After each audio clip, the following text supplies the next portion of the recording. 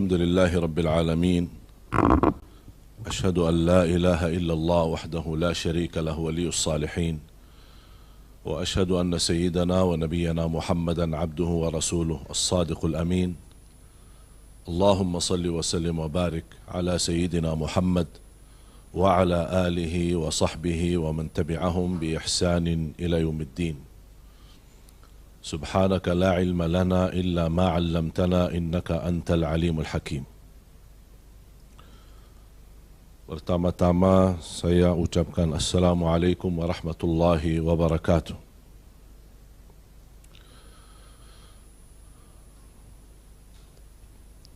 Alhamdulillah wa syukrillah. Apapun keadaan kita harus belajar selalu bersyukur kepada Allah Subhanahu wa taala. Bagaimana kita menghadapi ujian yang cukup memberatkan kondisi dan keadaan kita. Tapi jangan lupa bersabda Rasulullah sallallahu alaihi wasallam, "Ajaban li amril mu'min, inna amrahu kullahu khair." Rasulullah SAW ta'ajub terhadap keadaan seorang mukmin.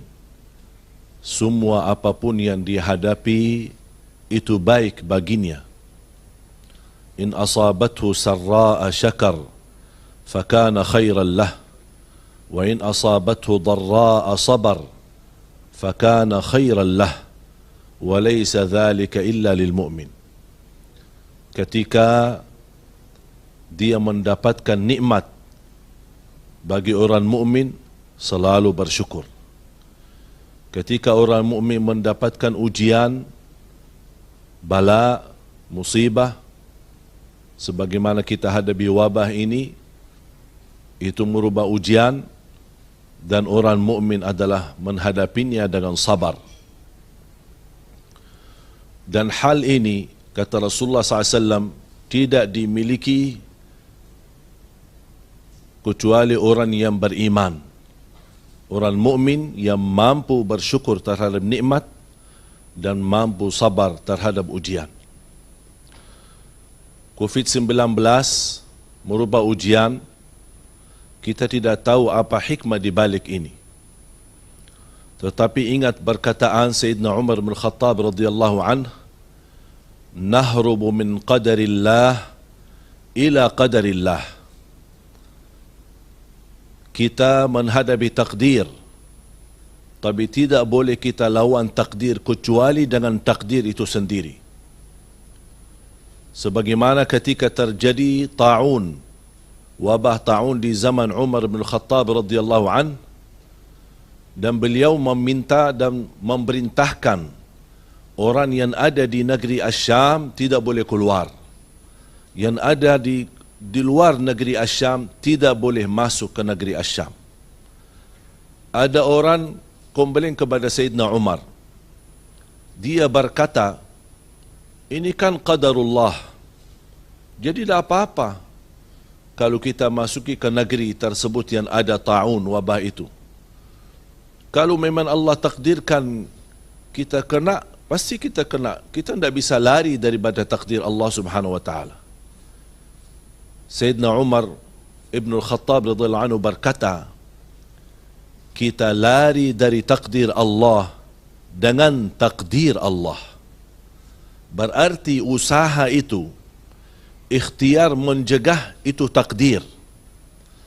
Allah mentakdirkan kita menghadapi COVID-19, Allah pula mentakdirkan kita punya ikhtiar, punya pilihan untuk mencegah. Tidak boleh kita menyerahkan diri terhadap takdir dan membuang diri di tempat yang bahaya beralasan itu takdir.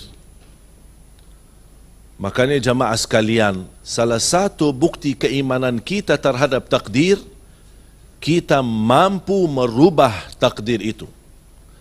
Kita mampu merubah nasib itu.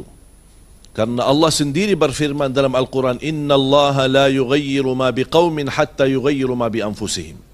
Allah tidak akan merubah nasib satu kaum. Sekarang nasib kita menghadapi COVID-19.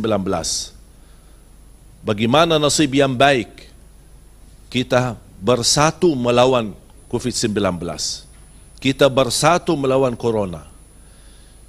Satu membantu satu. Cuba bayangkan kalau semua masyarakat terlibat, saling membantu, saling menolong. Kalau dalam kondisi keadaan, kalau satu membantu satu, insya-Allah kita mampu mengatasi masalah ini. Kita punya ikhtiar dan wajib kita melaksanakan ikhtiar itu karena takdir. Dan itu merubahkan takdir bukan di tangan Allah, tapi di tangan kita. Kita yang punya pilihan. Tidak boleh ada orang berkata Allah takdirkan saya masuk neraka, berarti saya terima masuk neraka. Saya harus berusaha untuk mencegah diri dari api neraka dan saya memperjuangkan diri agar menjadi ahli surga. Inilah kondisi COVID-19. Jamaah sekalian yang dimuliakan Allah Subhanahu wa taala, masyarakat se-Indonesia di tanah air yang aku cintai, bagaimana kita bisa pertama kita selalu ingat kebesaran Allah Subhanahu wa taala. Saya beberapa waktu kemarin renungkan fikiran, muhasabah. Memfikirkan kondisi yang terjadi. Jangankan kita, negeri kita Indonesia, seluruh negara menghadapi ujian ini. Saya berfikir dan merenungkan fikiran ini. Ternyata kita selama ini banyak nikmat yang mohon maaf dan sayang sekali kita tidak sadarkan dan kita tidak syukuri. Ternyata salat Jumat dan jamaah selama ini kita laksanakan sebelum COVID-19 itu nikmat yang luar biasa. Silaturrahim itu nikmat. Keluar rumah pagi hari mencari nafkah dan rezeki itu nikmat. Kita menantar anak kita sekolah atau dia bersama teman-temannya pergi sendirian itu nikmat. Kita beraktivitas. Orang bekerja sepanjang seminggu. Ketika sudah hari libur Sabtu dan Ahad, dia membawa keluarganya, ada yang ke pantai, ada yang ke mall, ada yang jalan-jalan. Ternyata itu juga nikmat. Pulang pergi dengan rasa nyaman, itu nikmat. Kita beraktivitas, apa yang kita suka makan di mana, pergi dengan rasa nyaman, tidak pernah ada rasa takut. Ternyata itu pun nikmat. Tapi ingat, nikmat itu tidak selalu kekal. Bisa berubah. Dan ini buktinya. Dengan hadirnya COVID-19, banyak nikmat yang kita selama ini kita nikmati, tapi tidak kita syukuri. Kita merasa nyaman-nyaman saja. Tetapi ternyata Allah rubahkan nikmat-nikmat yang selama ini kita nikmati, tapi kita tidak syukuri. Kata Umar bin Khattab radhiyallahu anhu, "Ikhshawshinu fa inna an-ni'mata la tadum." Belajar hidup susah karena nikmat itu tidak selalu dijamin kekal. Kenyataannya, siapa di antara kita yang bisa merasakan nikmat yang berlalu? Sekarang ujian pun akan berlalu. Tapi ujian ini tidak akan berlalu begitu saja. Dan kita diam diri saja, tetapi harus kita ada ikhtiar. Di dalam pandangan Islam, ada 5 darurat yang disebutkan hal utama dalam Islam. Hifdzul din, hifdzul mal, hifdzul nafs, hifdzul aql, dan hifdzul ird. Ada 5 di dalam pandangan Islam wajib kita jaga. Bahkan disebutkan hal darurat, terutama, pokok yang tidak bisa kita tinggalkan. Yang pertama, menjaga agama.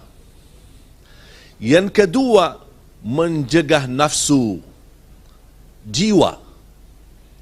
Yang ketiga, menjaga harta. Yang keempat, menjaga akal. Dari semua hal-hal yang mengganggu dan merusakkan akal kita. Narkoba, minuman keras, membuat mabuk, hal-hal yang bisa menghilangkan kesadaran akal kita. Terus yang kelima, menjaga kehormatan diri. Di antara yang disebutkan darurat yang kelima ini, ada 5 darurat hal pokok dalam agama adalah hifdzun nafs, menjaga jiwa. Allah berfirman, wala tulqu biaidikum ila tahlukah, jangan sekali-kali kamu membuang diri di tempat yang membahayakan. Wa ahsinu, berihsanlah, berbuat kebaikan terhadap jiwamu, dirimu, karena Allah mencintai orang-orang yang berbuat kebaikan. Innallaha yuhibbul muhsinin. Ini kesempatan. Apalagi kita memasuki dan menyambut bulan suci Ramadan. Menurut saya Ramadan ini, kali ini, Allah memberikan ujian, saya mengambil sebuah hikmah. Allah ingin kali ini ibadah kita berhubungan langsung sama Allah Subhanahu wa taala. Mungkin selama ini kita merasa nikmat sepanjang berkali-kali Ramadan yang berlalu. Nikmat i'tikaf, nikmat tarawih, nikmat buka bersama, nikmat ramai-ramai ke masjid. Tapi nikmat itu, saya ingatkan lagi, belum tentu kekal. Belum tentu dijamin terus-menerus. Kali ini nikmati Ramadan, tapi dengan kita bermunajat di rumah. Kita tarawih di rumah masing-masing. Kita menjaga diri di rumah. Karena ada hal utama dalam pandangan Islam, wal wiqayatu khairun minal ilaj. Menjaga itu lebih wajib, lebih baik daripada berobat. Artinya, menjaga dari apa? Dari segala sesuatu yang bahaya, apalagi dalam kondisi wabah. Dan wabah ini bukan pertama kali terjadi dalam sejarah Islam. Banyak sudah disebutkan oleh para ulama cerita-cerita. Sebagai Imam Ibnul Jauzi di tahun 440-an sudah menceritakan wabah. Sambil beliau menggambarkan masjid tertutup, pasar-pasar tertutup, sambil jalan-jalannya sepi, tak ada satu pun orang yang jalan. Begitu kondisi dan keadaan. Dan ini sudah terjadi berkali-kali. Bahkan Al-Imam Syafi'i yang kita ikuti mazhabnya. Cuba tolong orang yang ingin betul-betul mengikuti pandangan Imam Syafi'i. Dan saya yakin Imam Syafi'i kalau masih hidup dan masih ada di tengah kita akan mewajibkan kita diam di rumah. Karena itu pandangan Islam. Apa kata beliau? Kalau ada orang, ini dalam satu fikih di kitabnya Al-Um, kata beliau rahimahullah, kalau ada seorang yang ditagih hutang, dicari, ditagih, dia ada hutang dan tapi dia tidak mampu melunasinya. Dan pemilik hutang ini lagi dicari, dikejar. Dia saking takutnya karena dia malu menghadapi orang-orang yang mencarinya dan dia tidak merasa nyaman Jumatan. Apa kata Imam Syafi'i? Dia boleh tinggalkan Jumatan dan diam di rumah. Diganti dengan salat zuhur. Bayangkan, ini fikih Imam Syafi'i. Kalau ada orang kejar kita, ada hutang, boleh kita tinggalkan Jumat. Masa karena wabah ini masih ada orang yang meributkan, tidak boleh kita tinggalkan Jumat? Semenjak datangnya corona ini, COVID-19, saya tidak Jumatan dan saya tidak melaksanakan salat berjamaah, hanya di rumah bersama keluarga. Tidak beraktivitas kemana-mana. Selalu berusaha menjaga karena itu perintah Islam. Itu perintah Nabi kita Nabi Muhammad sallallahu alaihi wasallam.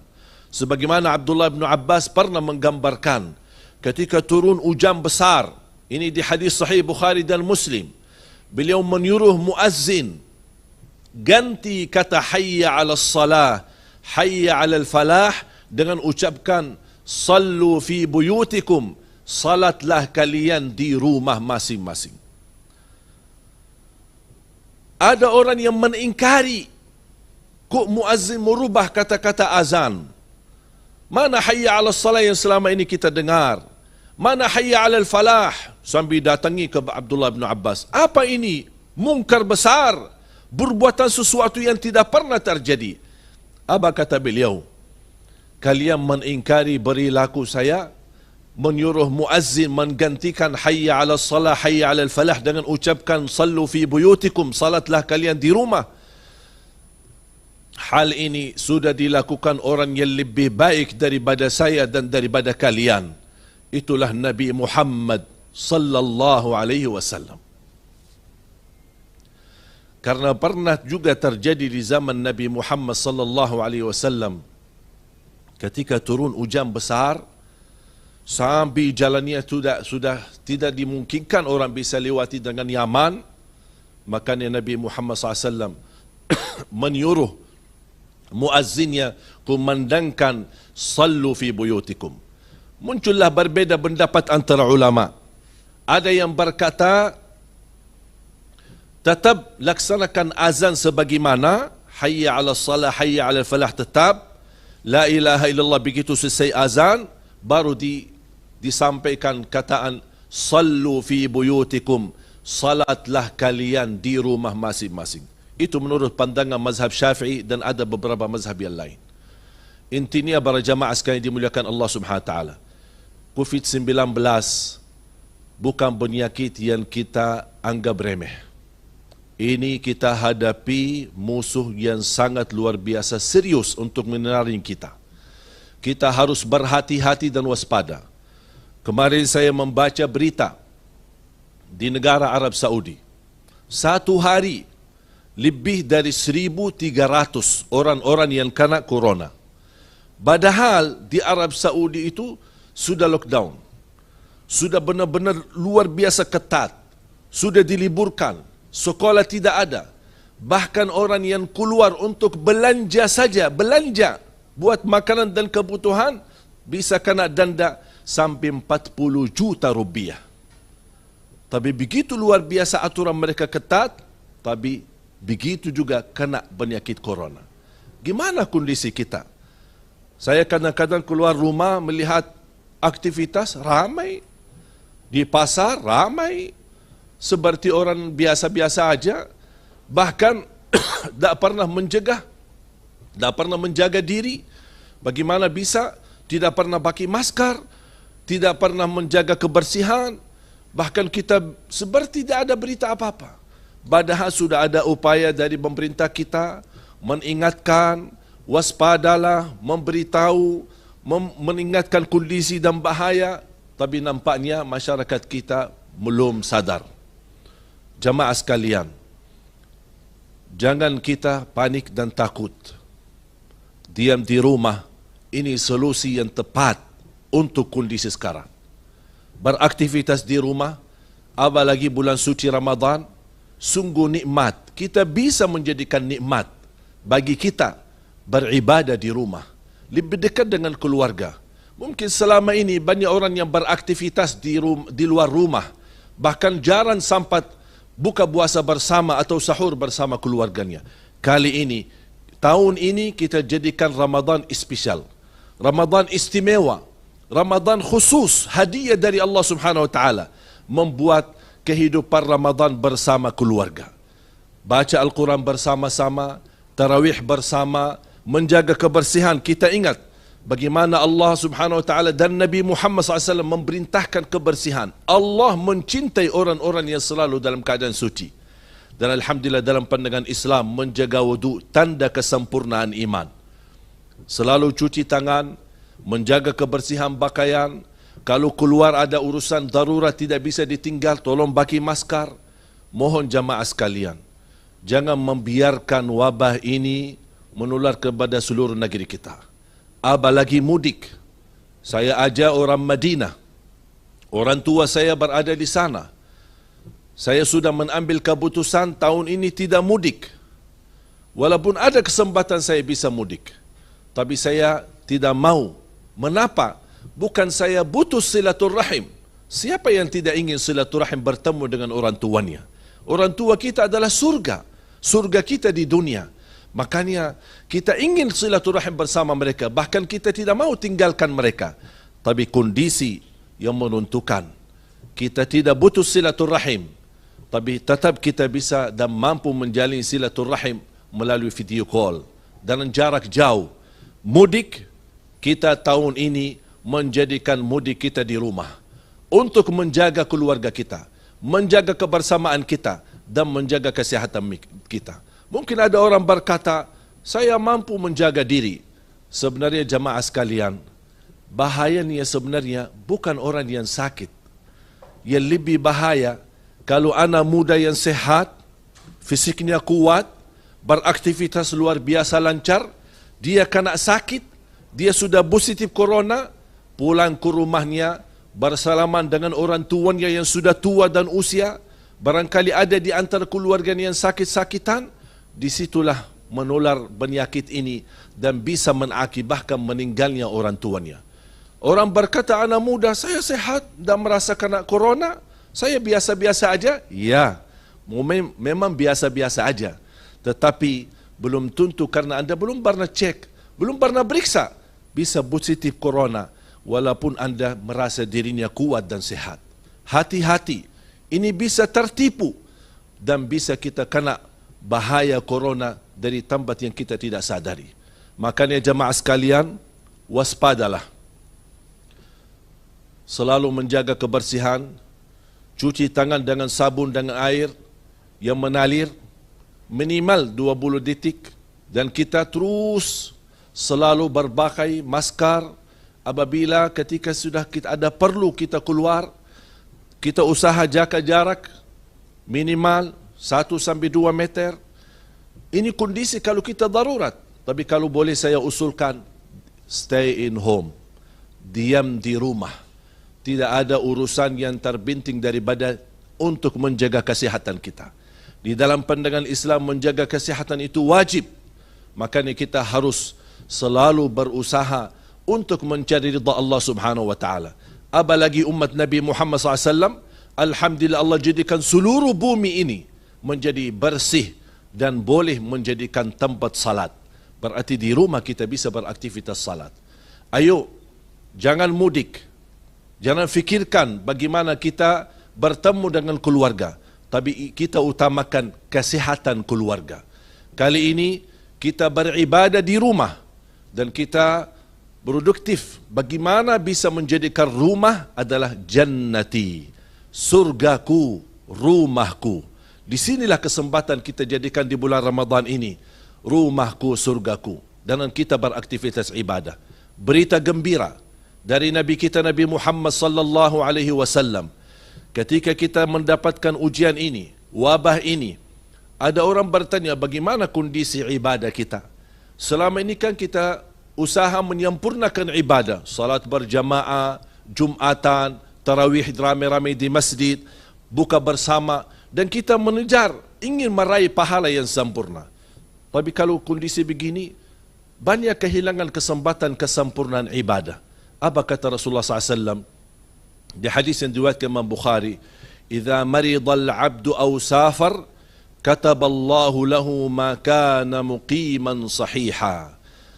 Kalau ada di antara hamba karena dia musafir atau karena dia sakit, berkurang aktivitas ibadahnya, apa kata Rasulullah SAW? Tetap nilai pahalanya sempurna di sisi Allah Subhanahu wa taala.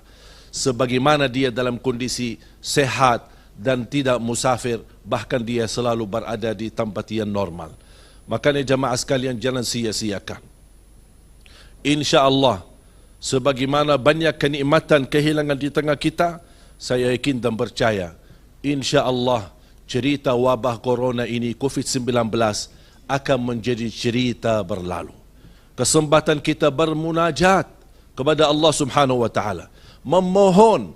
Ayo para pemuda-pemudi di rumah, para orang tua, anak-anak yang salih-salihah, ayo kita semua di rumah masing-masing angkat tanganmu, memohon kepada Allah Subhanahu wa taala agar Allah mengangkat penyakit ini. Allah akan turunkan kemuliaan untuk negeri kita Indonesia. Akan Allah jaga negeri kita dari segala bahaya dan dari segala bencana. Kita terus bermunajat kepada Allah Subhanahu wa taala. Memang kita tidak bisa bermunajat di masjid, tapi barangkali munajat kita yang tulus dan ikhlas, munajat kita yang tulus dan ikhlas di rumah masing-masing, pasti akan Allah ijabah dan akan Allah mengangkat bala. Saya merasa sedih karena tidak bisa tarawih. Saya merasa menangis karena tidak bisa mudik. Saya merasa terluka hati saya karena tidak bisa Jumatan. Tapi ini ujian, wajib kita turuti, wajib kita imani.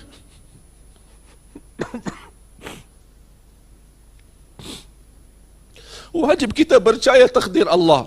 Dan kita lawan takdir, jalan takdir. Jangan kita orang keras kepala. Kita harus bermunajat kepada Allah. Karena tidak ada bala yang Allah turunkan, pasti berlaku kita dan dosa-dosa kita. Dan bagaimana Allah angkat bala? Dengan taubat kita, bermohonan kita, bermunajat kita kepada Allah Subhanahu Wa Taala. Saya yakin, karena di dalam ujian ada doa yang tulus dan ikhlas. Selama kita senang, tidak pernah merasa doanya ikhlas.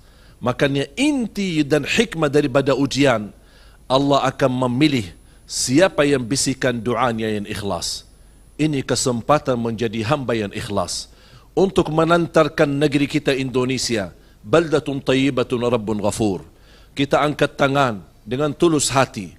Kita ingat, ternyata selama ini banyak nikmat yang kita dapat, tapi kita belum mampu mensyukurinya. Mudah-mudahan dengan kita sabar terhadap ujian yang kita hadapi, mudah-mudahan Allah angkat segala penyakit ini, Allah angkat wabah ini, dan kita memohon kepada Allah Subhanahu Wa Taala, apalagi di bulan suci Ramadan, bulan terkabul doa. Ya Allah ya Arhamar Rahimin, Ya Allah ya Arhamar Rahimin, Ya Allah ya Arhamar Rahimin. Berilah kepada kami kemampuan agar kami waspada, agar kami selalu menjaga diri, agar kami selalu turuti dan taati perintah agamamu, perintah agama Islam. Dalam kondisi ini kita mengikuti pandangan Nabi Muhammad sallallahu alaihi wasallam. Apalagi pandangan Nabi Muhammad dan pandangan pemerintah menjadi sama dengan satu tujuan, untuk menjaga masyarakat kita dari segala bahaya dan penyakit. Jadilah orang-orang yang pahlawan untuk diam di rumah, karena inilah posisi kepahlawanan kita, posisi perjuangan kita. Lindungi diri, lindungi orang lain. Mari menangkan perang melawan COVID-19. Indonesia bisa. Salam.